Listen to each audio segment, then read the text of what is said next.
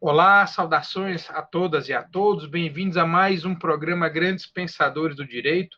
Hoje nós temos a imensa alegria, a honra, uma enorme satisfação de receber aqui conosco para o nosso habitual bate-papo o professor Paulo Henrique dos Santos Lucon, professor livre-docente da Universidade de São Paulo, atual presidente da Comissão de Ética Pública vinculada à Presidência da República, presidente do Instituto Brasileiro de Direito Processual, o IBDP, né, do qual eu tenho a honra de ser associado, de ser um dos seus inúmeros integrantes. Professor Lucon, antes de mais nada, quero agradecer aí por ter disponibilizado um tempo, um pouquinho do seu tempo, né, numa agenda que eu sei que é extremamente concorrida, para conversar com os advogados de São Paulo e de todo o país. Então, antes de mais nada, queria registrar aqui a minha gratidão por poder recebê-lo aqui nesse nosso espaço da nossa Escola Superior de Advocacia.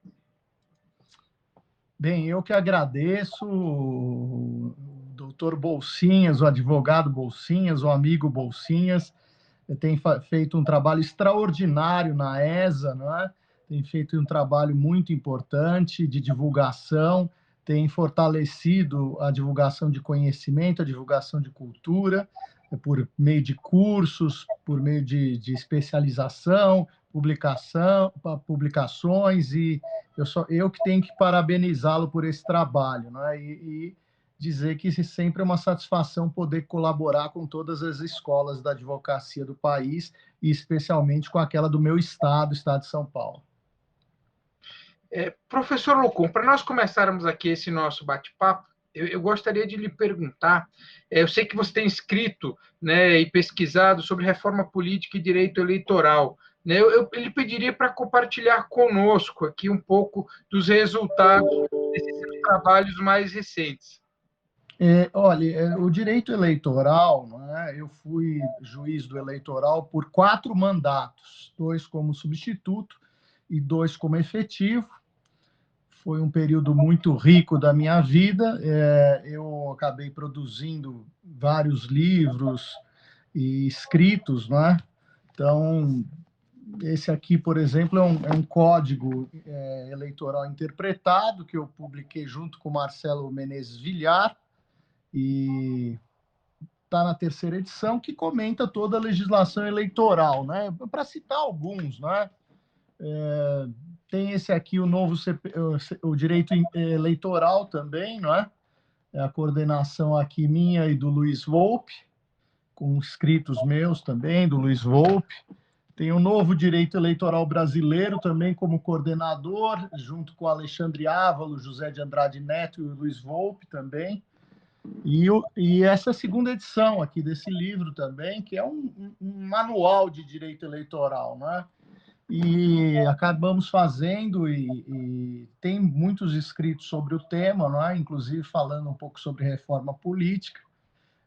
E é claro que essa experiência foi muito rica, e é preciso enfrentar esse debate com muita coragem, não é? É preciso fazer realmente uma reforma política muito importante aqui no país, seria de grande valia para, enfim, acabarmos com esse sistema que é muito pernicioso, no sentido de que acaba gerando certas situações muito complexas, e isso acaba sendo judicializado na justiça eleitoral e na justiça também, nas outras justiças, na justiça federal e civil, problemas aí muito sérios com os candidatos, com a atividade política, não é? Então, o ideal era tentar pensar num cenário melhor de funcionamento, não é? Eu também tenho escritos, o último escrito que eu escrevi, mais voltado para essa ideia de improbidade e corrupção, foi num livro agora que eu publiquei, coordenando juntamente com Marco Zilli, com outros colegas, com a desembargadora federal Inês também, com o professor Fábio do Mackenzie, que é promotor de justiça, um livro que se chama Corrupção, publicado por uma editora portuguesa, né? Então saiu agora esse ano, nesse ano de 2020, e eu enfrentei esse diálogo necessário aí da lei de improbidade com a lei anticorrupção, que cria um verdadeiro microsistema dos assuntos relacionados com matérias atinentes à anticorrupção, né? Então, até defendia, antes dessa alteração da lei, a possibilidade de fazer acordos nas ações de improbidade administrativa. E esse estudo só veio veio a ser referendado por uma nova alteração da lei de improbidade administrativa, em que se admite agora a transação, o acordo, no âmbito das ações de improbidade administrativa, porque havia um dispositivo expresso na lei de improbidade administrativa impedindo essa composição, não é? Até em confronto com toda a política do Estado de tentar resolver as controvérsias pelos métodos adequados de solução dos conflitos. Eu escrevi também artigos de improbidade administrativa, aqui esse livro ficou em 2 edições, né? E tem bastante coisa sobre o tema, né? Então, eu tenho me dedicado a esse tema aí, no que diz respeito, vamos dizer, ao direito público, não é? E esse livro foi recente, agora de 2020. Em 2020 também coordenei esse livro junto com o Olavo Ferreira, que presta seu trabalho, sua dedicação também à ESA, que é esse arbitragem, não é? Saiu um livro também online de arbitragem, seria o 2º volume disso, esse ano. Né? Nesse ano eu tratei, na primeira vez eu tratei da questão da arbitragem e recuperação judicial.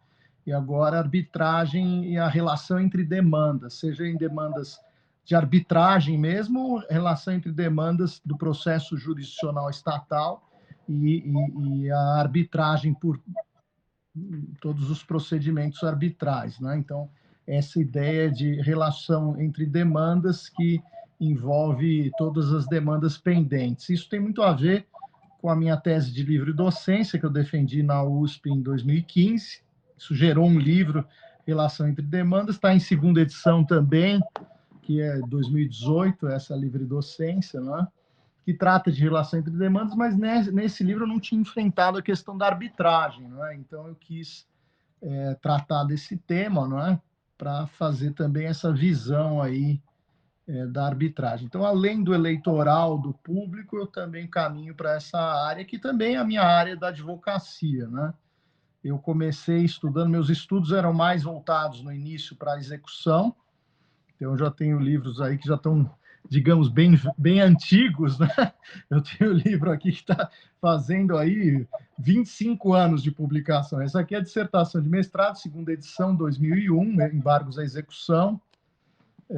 Essa é a tese de doutorado que eu defendi em 99, veja quantos anos faz, né? Mais de 20 anos, e eficácia das decisões de execução provisória, que eu até escrevi na Itália, e foi publicado pela Revista dos Tribunais, enfim.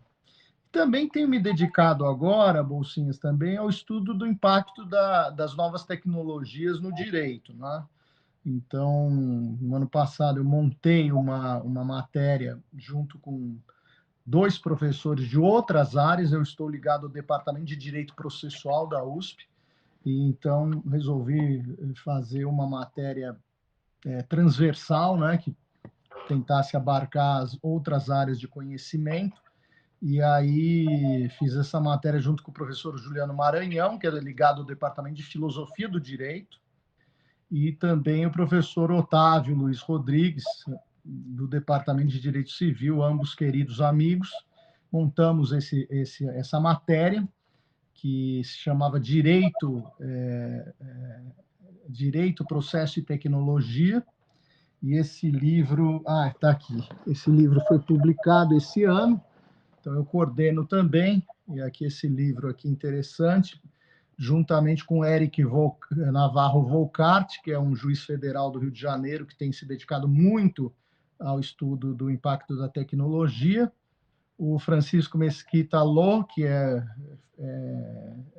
ainda doutorando lá na USP, participarei da sua banca em breve da tese de doutorado, e o Giovanni Ravagnani, meu orientando, que já defendeu o mestrado, foi publicado um livro sobre convenções processuais em matéria probatória, e ele se dedica como advogado, ele é diretor jurídico de uma empresa de tecnologia. Então, fizemos esse livro, tem até o prefácio do ministro Ricardo Vilas Boas Cueva, do STJ, do Superior Tribunal de Justiça. Então, esse livro que foi produzido aqui, um outro livro também coordenando, parece propaganda, mas a gente não ganha nada com direitos autorais, né? Então, você sabe disso, a gente fala só para dizer assim, o que você tem se dedicado em pesquisa e o que tem sido a sua produção, né? Então, eu acho que o professor, advogado, ele tem que produzir, não é? Tem que produzir. Então, esse outro livro aqui, Inteligência Artificial e Direito Processual, que coordeno junto com o professor Dietli Nunes, lá de Minas Gerais, e tanto da Universidade de Minas Gerais, a UFMG, a Universidade Federal, como da PUC de Minas Gerais, e também o Eric Navarro Volcart, não é? Então, também aí uma coletânea. Esse livro até já esgotou, nós já estamos fazendo aí a segunda edição, que provavelmente sairá em 2021, né? Então, tenho produzido bastante. Além disso, também, eu posso até disponibilizar para a ESA um livro que eu coordenei e está em e-book, que é um livro em homenagem à professora Ada Pellegrini Grinover e o professor José Carlos Barbosa Moreira. É um livro, digamos, bem volumoso, assim, mas certamente nós estamos falando mais ou menos de umas 1.400, 1.500 páginas de artigos de doutrina nacional estrangeira, que acabam tratando um pouco dos temas que eles trataram ao longo da sua rica vida de produção doutrinária, né? Então, esse livro foi lançado esse ano, já estamos preparando uma segunda edição com outros estudos, então, outros estudos aí também importantes serão publicados nessa segunda edição, que também sairá por e-book pela editora espanhola Tirante, né? Então, tem tudo isso, assim, eu tenho produzido bastante, tempos de pandemia, né?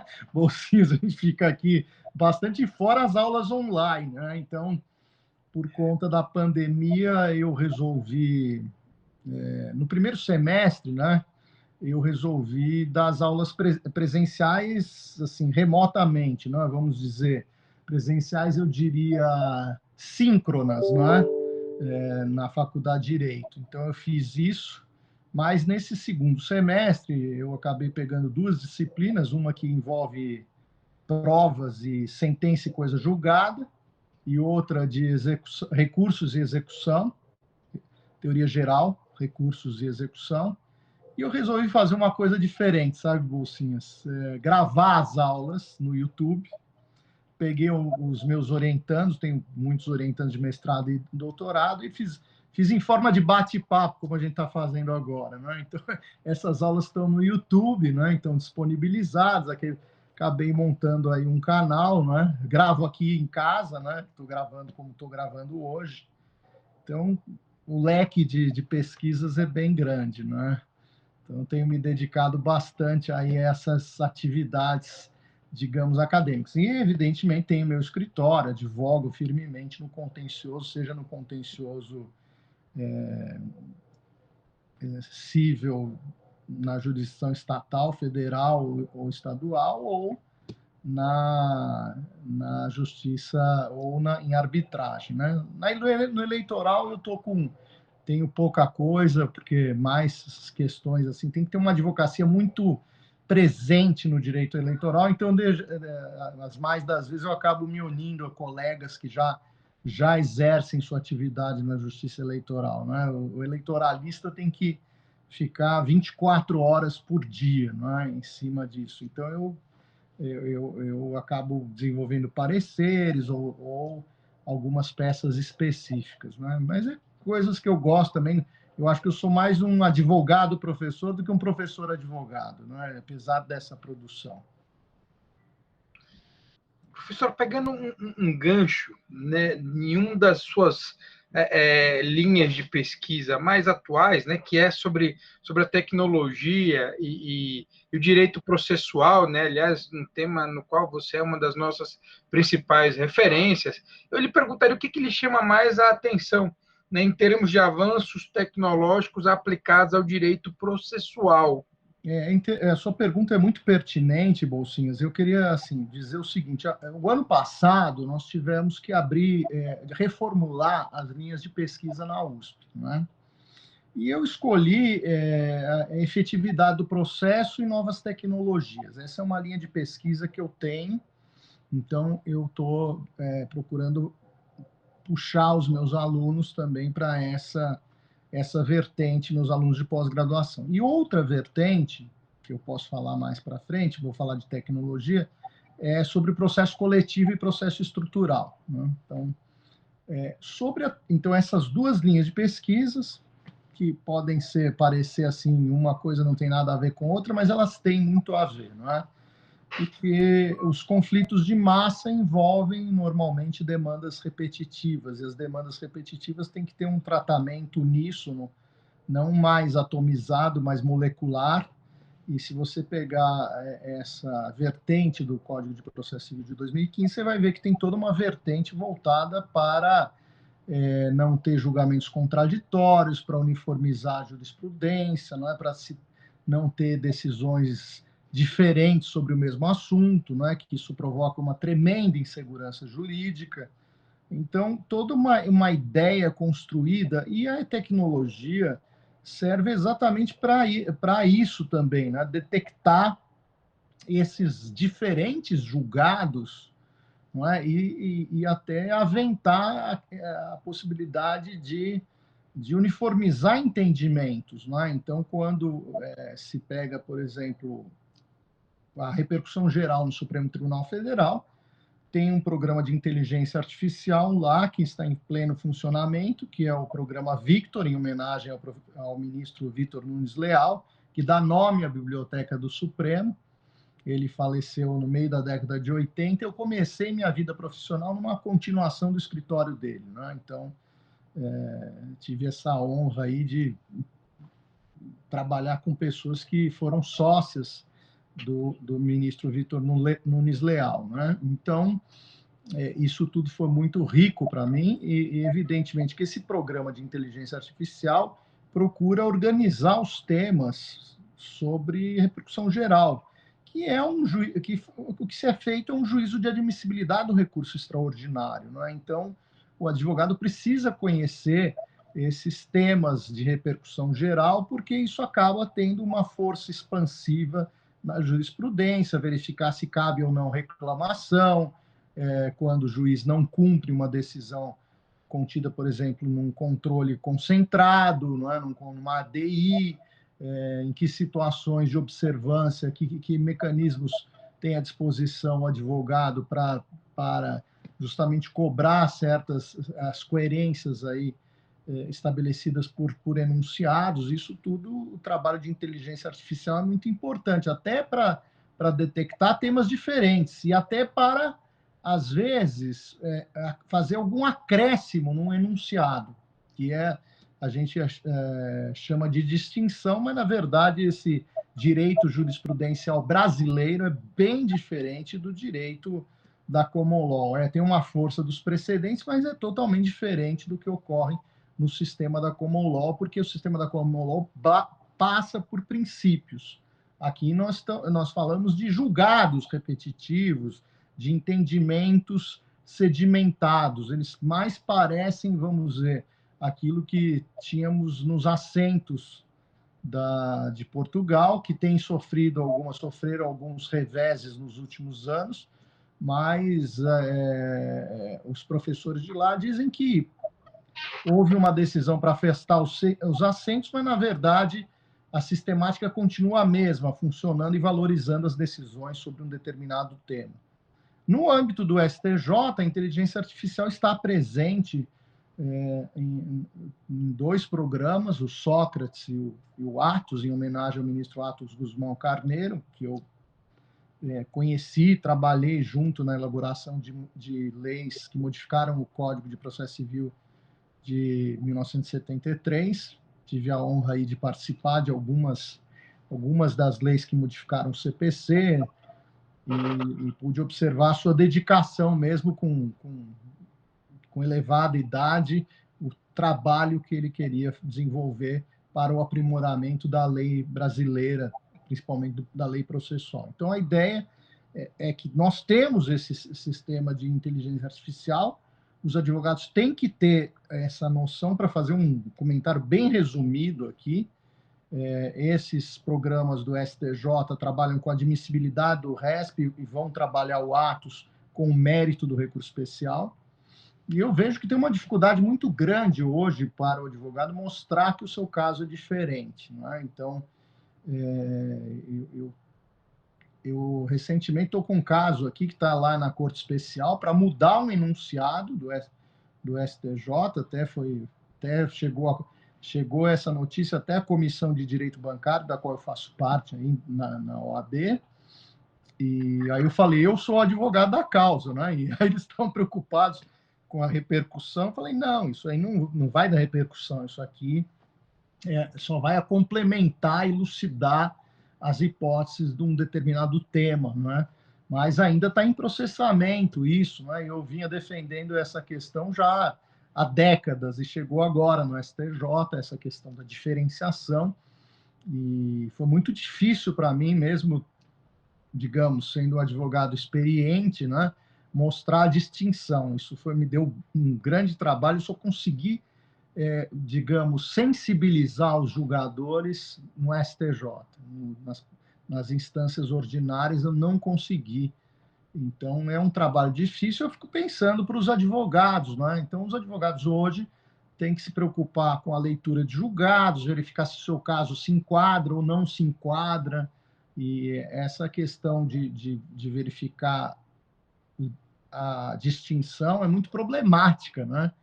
E é evidente que a nova tecnologia serve para possibilitar um tratamento em massa, não é? E às vezes você mostrar isso, né, é muito difícil. Outra questão complexa que nós precisaremos enfrentar é essa disparidade de armas com o litigante habitual na justiça e o litigante eventual. Isso também é um problema, e eu acho que a tecnologia tem que também servir para, digamos, auxiliar o efetivo acesso à justiça. E esse é um grande desafio. Eu acho que será inevitável nós termos lawtechs aí, embora isso seja um tema extremamente polêmico, né? Mas a tecnologia vai servir, e tem que servir ao lado do advogado, né? Nos Estados Unidos, por exemplo, eles usam formulários prontos, só se preenche campos específicos, isso tudo serve para se ter uma elucidação dos casos de uma maneira única, uníssona, não ter essa divergência, essa dispersão jurisprudencial que acontece no Brasil e até no STJ. E eu acho que a inteligência artificial trabalha, digamos, nessa visão, a tecnologia no âmbito dos tribunais superiores. Mas nós precisamos pensar também na tecnologia a serviço do advogado, nas pesquisas, não é? Em como ele pode fazer a contra-inteligência, porque muitos desses programas estão voltados àquilo que a gente chama de jurisprudência defensiva, né? Criar óbices aí. Até escrevi um artigo sobre esse tema ano passado, e que acabam gerando filtros, né? E hoje os tribunais estão muito fortes nisso, porque estão usando realmente programas de inteligência artificial para barrar os recursos. E isso precisa ser enfrentado pelas tecnologias novas. Outra questão polêmica é o acesso à justiça, essa venda de petições, não é, que acontecem, e que eu acho que a OAB tenta coibir, mas é um trabalho muito difícil de fazer. Eu acho que o mercado vai ter que dar um jeito aí de assentar e fazer algum ajuste ali para se tentar chegar a um meio termo razoável, até em benefício do próprio advogado e do jurisdicionado. E eu acho que nessa linha do que eu estou falando, eu acredito que em breve tenhamos uma verdadeira explosão do acesso à justiça graças a essas novas tecnologias. E eu também tenho que falar dos métodos adequados de solução das controvérsias. E aí passa pelas ODRs, Online Dispute Resolution, com mediação online, né, com arbitragem online, mas eu acho que o grande impacto assim, para o advogado foi realmente essa questão das audiências, sustentação oral, nesse período de pandemia, que não é, digamos, uma nova tecnologia, é uma tecnologia que está sendo adaptada, não é? Eu acho que esse sistema, por um lado, é muito bom para o advogado, é evidente que uma sustentação oral presencial é melhor para o advogado, para aquele advogado experiente, porque ele vai olhando todo mundo, as expressões do julgador, não é? E isso fica muito mais difícil numa sustentação oral online. Mas eu acho, Bolsinhas, que é um pouco irreversível isso. E, em certo sentido, houve um benefício para o acesso à justiça, porque muitos advogados não tinham a menor condição de, por exemplo, fazer uma sustentação oral no STJ, no Supremo, e hoje tem, né? Então, passa a haver uma possibilidade maior, inclusive despachando com ministros, eu já fiz isso, com desembargadores, mas há muita resistência ainda, desembargadores que não recebem advogado online, juízes, ministros também que não recebem, que dificultam, não é? Então, isso tudo acaba gerando certos problemas que ainda não foram resolvidos pela tecnologia. Outro aspecto é a sustentação oral, que eu disse que é bom, não é? Que tem esse inconveniente. Mas o problema grande aqui, que eu tenho ouvido, é o problema da audiência de instrução, não é? E aí, ouvir testemunhas, não é? Mas quantas vezes a gente não usou, por exemplo, a oitiva de testemunhas que estão no exterior, não é? Fazendo por videoconferência? Teria o mesmo problema em tese, não é? Então, eu tenho visto, eu sou também árbitro, né? Então eu tenho uma arbitragem que as partes se recusaram a fazer. Então, uma das partes, na verdade. Então o processo está adiado, né? Porque tempos de pandemia. Outra aceitou. E outra agora recente, agora como advogado, uma parte não aceitou, mas o tribunal disse: olha, eu já tenho condições de receber aqui presencialmente, com todos os cuidados aqui, para não que haja um distanciamento social razoável, então a audiência será presencial. Mas isso tudo são problemas que teremos que lidar, né? E vocês aqui, nada... Esse curso, essa exposição que eu estou fazendo, é algo que a gente não pensava antes, né? Colocar palestras no YouTube, colocar em disponibilidade, isso tem um ganho muito grande, mas tem perdas, né? Não tem, como dizem, sempre eu gosto de repetir, não há ganho integral, né? Em nada na vida, né? É verdade. Já dizia Milton Friedman, né, que não há almoço grátis, né? Então, não há almoço grátis, as escolhas importam renúncias, né? Então a gente vai fazendo o nosso caminho, e no direito também é assim.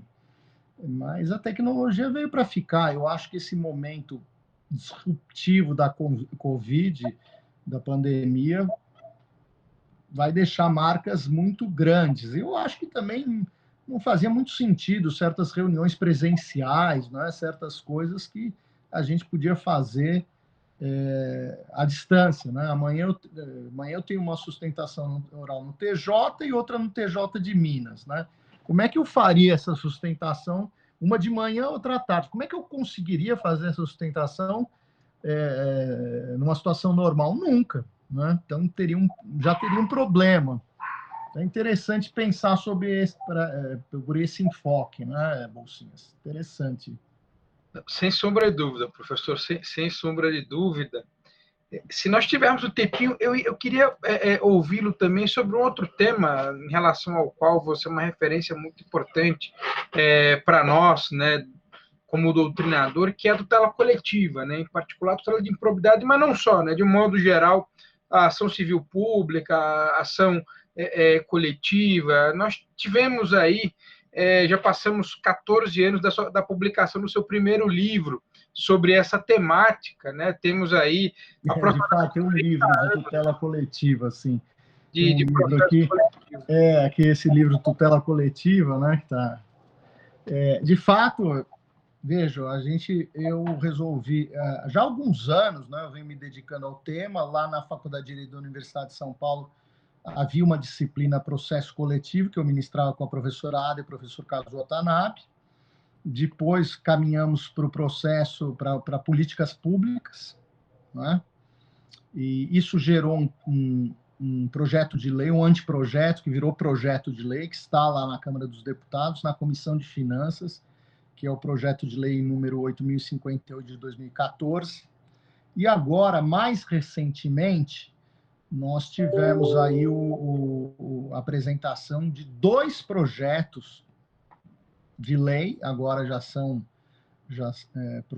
projetos de lei, né? Antes eram anteprojetos, um que veio pelo CNJ e comandado pela ministra Maria Isabel Galotti, do STJ, e outro que foi construído pelo deputado Paulo Teixeira, que está lá também na Câmara dos Deputados.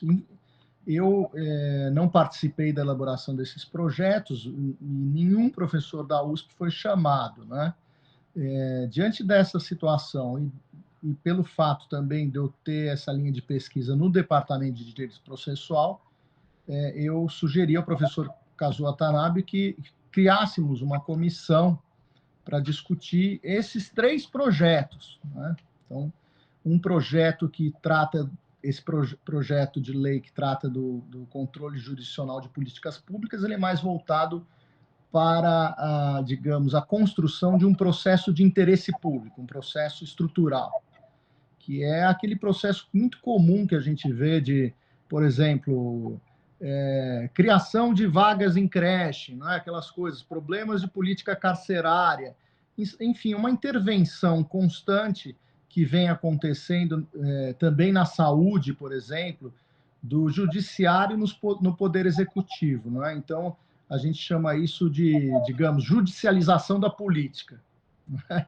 O reverso disso seria também já é uma questão problemática para o judiciário, que é a politização da justiça. Né? Então, esse título aqui é até um artigo antigo do professor Manuel Gonçalves Ferreira Filho, que foi meu professor no graduação e no pós-graduação, mas que a gente assiste muito no judiciário hoje, principalmente a intervenção do judiciário na saúde, né? Que é um problema imenso. Né? Então, às vezes, a gente vê demandas pseudo-individuais que pedem um medicamento e pedem inscrição de um determinado medicamento na lista do SUS, por exemplo. Então, esse pedido é um pedido que tem uma extensão coletiva. Né? Então, a gente chama de pretensões pseudo-individuais, porque, na realidade, traduzem uma pretensão coletiva.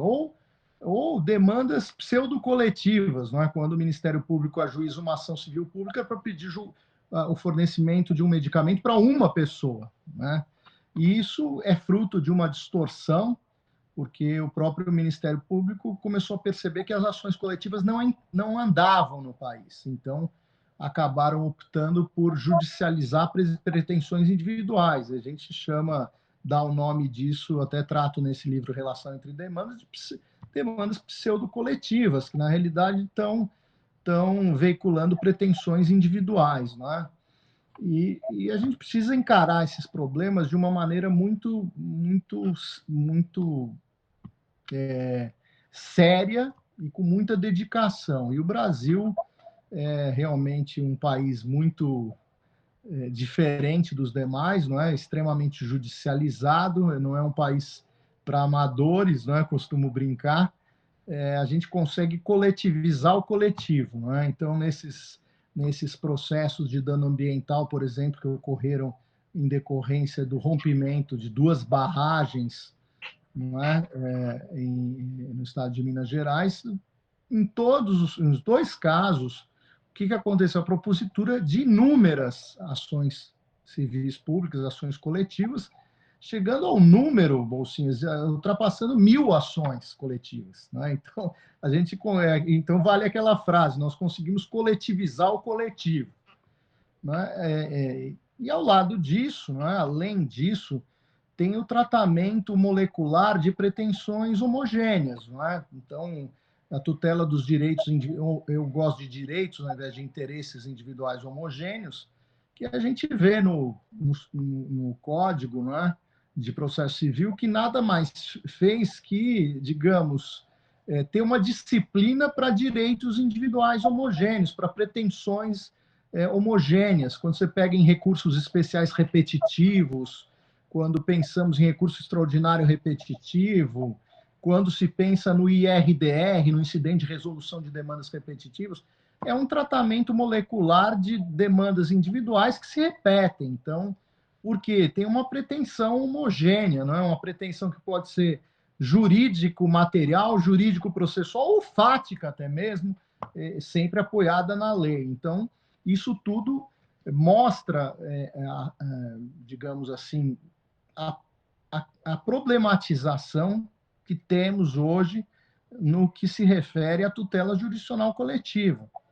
Então, esse grupo de estudos de professores, a primeira reunião é essa semana, para a gente começar a fazer um trabalho de verificar esses projetos de lei, de que maneira, não significa destruir esses projetos de lei, que fique bem claro, né?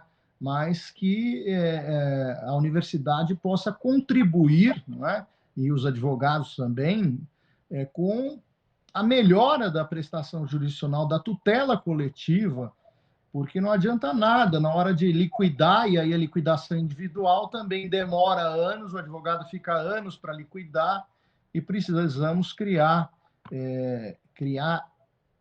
sem dúvida nenhuma, a meu ver, venho dizendo isso há muito tempo, varas especializadas em processo coletivo.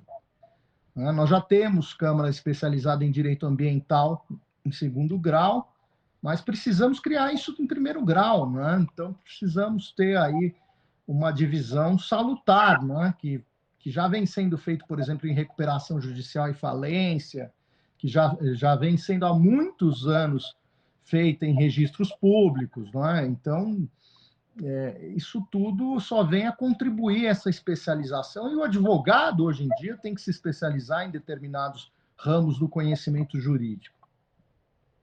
Excelente. Professor, nós já nos aproximamos aqui do fim do horário combinado. Eu lhe pergunto se nós teremos tempo para mais uma pergunta. Eu sei que sua agenda Claro, é muito... não, vamos lá, por favor, Mas Bolsinhas. um outro tema de grande destaque, né, dos seus escritos é a execução. Aliás, você mesmo fez menção a isso no começo desse nosso bate-papo, né, que havia se dedicado muito ao estudo da execução no começo até da sua trajetória acadêmica. Eu lhe perguntaria, ao longo de todos esses anos aí de acompanhamento das mudanças em relação a esse tema, e hoje dessas discussões sobre a desjudicialização da execução, né? Como é que você vê a evolução do processo de execução, né? Principalmente porque o CNJ tem algumas estatísticas que evidenciam que no processo civil, no processo do trabalho, que eu conheço um pouco melhor, o grande problema acaba sendo a fase de execução, o cumprimento da sentença, a satisfação efetiva do crédito, né? Como você vê a evolução em termos legislativos, jurisprudenciais desse tema? Bom, olha, Bolsinhos, eu continuo estudando esse tema, até fiz uma manifestação no Conselho Federal da Ordem quando se discutiu esse projeto de lei de desjudicialização da execução, me manifestando contrariamente a algumas partes do projeto de lei que já está bem avançado e que eu acho que deve ser objeto de extrema preocupação por parte dos advogados, não é? Eu vejo que a desjudicialização da execução será inevitável. Então, eu diria que, até mais, a desjudicialização do processo. O Estado já não está aguentando mais suportar toda essa parafernália para cuidar de atividades burocráticas relativas ao desenvolvimento da execução, né? Outro dia me falaram que tinha um juiz em execução fiscal que tinha mais de 80 mil processos. Então, como é que esses processos vão andar? Claro que não andam, mas processos físicos lá somem e o juiz demora anos para perceber o desaparecimento, né? Então, isso tudo revela uma, digamos, até uma inaptidão do Estado em conduzir a execução. E acho até um desperdício, né? Se a gente pensar que temos assim pessoas que estudaram por anos a fio para passar num concurso, para decidir, para aplicar o direito aos casos concretos, para solucionar questões relevantes, ele passa a se tornar um burocrata quando vai para uma vara só de execução, que é, eu acho que é um desperdício, não é? Então, fora custos de locação de prédios, não é? Espaços, funcionários, não é? Então, eu acho que, primeiro, a inteligência artificial, as novas tecnologias servirão para criar cada vez mais cartórios únicos. Eu acho que isso é uma tendência. Mas eu diria mais, eu acho que haverá uma tendência à desjudicialização. Então, até eu tenho dito muito, tenho advogado isso, que eu acho que tem que passar para os advogados, tal como ocorre nos países da common law, atribuindo funções ao advogado com muita responsabilidade, quer dizer, o advogado que não fizer as coisas certas tem que ser expulso da ordem mesmo, não é? E, evidentemente, criar um sistema de, no que diz respeito à execução, criar um sistema de avaliação, pode ser uma banca mista organizada pela OAB, não é, para, digamos, escolher processos, advogados que toquem essas execuções extrajudiciais, semelhante ao que acontece em Portugal com a figura dos agentes da execução, que são advogados. Né? Então, eu comecei a fazer um pós-doutorado em Lisboa, aí surgiram tantas questões, resolvi fazer a livre docência, mas o tema era esse, e acabei deixando, mas eu ainda voltarei a esse estudo. Fiz um levantamento, uma pesquisa profunda, inclusive lá, né? E eu acho que esse projeto de lei que está em discussão, que quer levar a execução extrajudicial para os cartórios de protesto, é altamente nocivo. Primeiro, nocivo à própria advocacia, não é? Que acabará passando grande parte dos atos aí a cartórios num sistema que remonta às capitanias hereditárias, não é? Então, eu acho que tem que passar para a advocacia isso, dentro de critérios estabelecidos, legais, uma escolha adequada dos profissionais capazes de conduzir essa execução.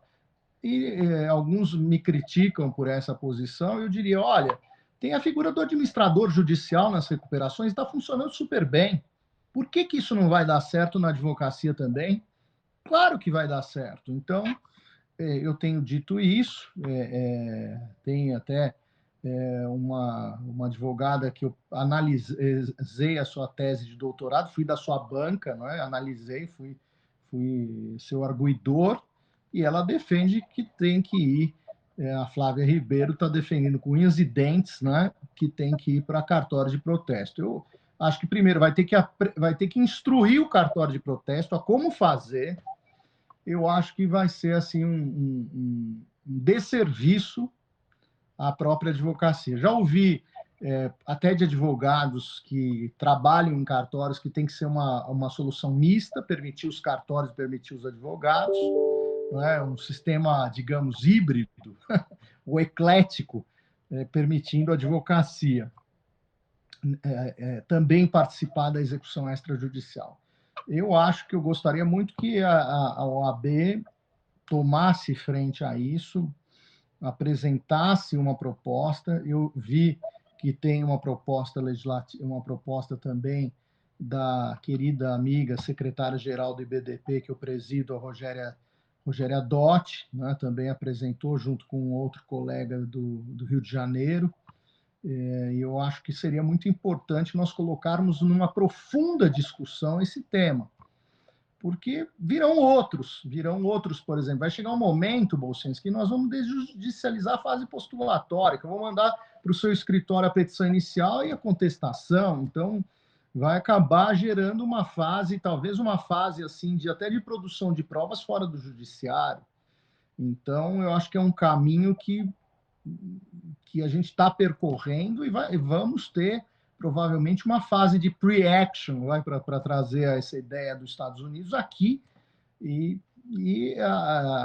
essa tendência de judicialização vem acontecendo já, com a possibilidade da separação judicial em cartórios, não é? O inventário, a gente já está assistindo isso. Então, eu acho que caminharemos talvez para essa solução híbrida, não é?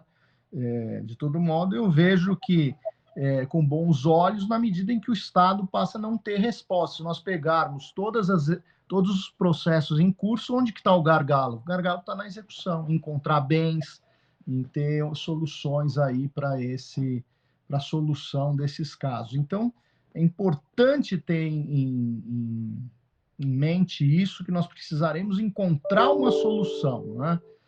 Uma solução também para a execução fiscal, já há vários projetos tentando desjudicializar a execução fiscal e deixando para o fisco cobrar, não é? Que eu não sei se é a melhor solução. Eu gostaria que partisse uma solução também da advocacia para tentar também fazer esses atos de agressão patrimonial por advogados que deverão ser naturalmente fiscalizados na sua atividade, bem fiscalizados, e é claro que eu acho que terão condições de responder à altura. Deixar a cargo de uma das partes cuidar da execução, eu acho que seria muito arriscado. Então, nesse ponto, eu divirjo da posição de muitos advogados públicos, que também são nossos colegas e merecem todo o respeito. Então, eu acho que tem que também aí ter uma outra solução. Enfim, o leque é muito grande, não é, Bolsinhas? Essa é uma discussão imensa, uma discussão problemática, que envolve muitos interesses, não é? Interesses de quem quer deixar no judiciário, de quem quer tirar do judiciário, de quem quer botar no cartório, de quem quer deixar para a advocacia. Então, essa composição desses diversos interesses tem que ser vista, tem que se chegar a um bom termo, mas sempre pensando numa pessoa que ninguém está pensando, que é o jurisdicionado, né? Como é que nós vamos criar uma situação de efetivo acesso à justiça com uma execução que realmente chegue ao fim, não seja algo que não termina nunca, né? Então, a gente tem visto que, infelizmente, isso vem ocorrendo à exaustão. Professor Lucão, eu gostei em especial dessa sua chamada final para a importância do jurisdicionado, né? Às vezes a gente discute muito entre juízes e advogados, né? O juiz um pouco de poder, o advogado um pouco mercado de trabalho, sua fonte de receita, e às vezes a gente esquece efetivamente de jurisdicionado. Às vezes eu fico pensando assim, a gente está discutindo na nossa área, vamos colocar todo mundo aqui, né, nesse pacote, todos que fazem parte da comunidade jurídica, a gente está discutindo e de repente as nossas discussões estão assim, vazias, porque a gente não está pensando no jurisdicionado. Não é? Então, eu acho que também a inteligência artificial vai servir para um programa de perguntas e respostas, não é? Eu acho que seria muito útil. Já temos mais ou menos isso, a gente já vê alguns programas. Eu acho que a OAB pode traduzir isso, pode tomar frente disso, criando um sistema de perguntas e respostas, encaminhando para os advogados também. Eu acho que isso seria interessantíssimo se a gente conseguisse colocar a ordem nessa linha de inteligência artificial. É interessante falar aqui que há um programa que eu estou trabalhando na USP, no departamento, eu sou professor do Departamento de Direito Processual, que está cuidando disso, de normas processuais relativas à Covid-19, à pandemia. Então, cada professor foram escolhidos professores dos diversos departamentos. Então, no Departamento de Direito do Trabalho, que é a sua área, né, tem o professor Otávio, querido professor Otávio Pinto e Silva, está organizando. Então, a gente está colocando os graduandos e os pós-graduandos trabalhando nessa ideia de formular perguntas, de ter máquinas inteligentes, e a ideia é pensar assim em perguntas bem básicas do cidadão, porque às vezes o cidadão acha que não tem um direito e tem, né? E às vezes ele acha que tem um direito, mas não tem, né? Então vale esse caminho aí para os dois lados. Então eu acho que essas perguntas e respostas serão muito ricas. Essas perguntas que nós estamos fazendo, esse programa de inteligência artificial, que também está ligado a outras faculdades da USP, né? Então, ligado à tecnologia da computação. A ideia é justamente ensinar a máquina a pensar perguntas que nós, advogados, a gente formula certas perguntas porque a gente já estudou e sabe como formular, mas a população não sabe. E o interessante é trabalhar, aí entra a ideia de colocar os graduandos para fazer essas perguntas mais básicas, não é? E mais recorrentes para ter as respostas. E aí eu acho que seria muito interessante a OAB também pensar num projeto desses, né? Sem sombra de dúvidas, sem sombra de dúvidas, é uma sugestão muito, muito interessante, muito enriquecedora. Professor, eu queria imensamente agradecer mais uma vez, né, a sua participação, o seu tempo, a sua gentileza e cordialidade comigo e com todos os advogados aqui de São Paulo, do Brasil, dizer que as portas da Escola Superior de Advocacia de São Paulo, tenho certeza que de todas as demais também estão sempre abertas e à sua disposição, mas queria agradecer aos espectadores que dedicaram um pouco do seu tempo a ouvir esse tão interessante e enriquecedor bate-papo, mas deixá-lo com a palavra final, deixá-lo aí com a responsabilidade e a atribuição de deixar uma mensagem final aí para os nossos espectadores. Eu, novamente, renovo meus agradecimentos à Escola Superior da Advocacia, na seção de São Paulo, que é na pessoa do doutor Jorge Bolsinhas Filho. Dizer que, novamente, o seu trabalho está sendo extraordinário junto à ESA. E eu quero também dar uma palavra à comunidade jurídica, e especialmente aos nossos colegas advogados, de que nós temos que permanentemente nos reinventarmos, não é? A gente tem que, todas as profissões estão acontecendo isso, e com a advocacia não é diferente, com as outras profissões ligadas ao direito também. Então, a tecnologia entra nessa linha de repensar, e eu acho que o que algumas pessoas veem como crise é oportunidade. Eu acho que tem uma oportunidade muito grande para os advogados de trabalhar com áreas de conhecimento transversais dentro do direito e outras áreas. Então, eu acho que temos aí um vasto campo. Eu falei das ODRs aqui, falei de outras, da questão da programação, isso tudo tem que ter algum profissional do direito também nessa linha de atendimento junto ao grande público, que eu acho que a OAB tem esse serviço da assistência judiciária, mas já judicializada. Seria muito interessante se tivesse essa atividade preventiva. E esse é o recado que eu gostaria de dar, que a profissão jurídica, na minha opinião, evidentemente, sem qualquer parcialidade, fazendo uma brincadeira, é a mais linda de todas, não é? E nós temos aqui o dever de sempre buscarmos soluções e inovar. E aqui o papel do advogado, do professor, é justamente esse: pensar em como evoluir o direito, em como evoluir todos os protagonistas que constroem o direito, que fazem o direito se desenvolver.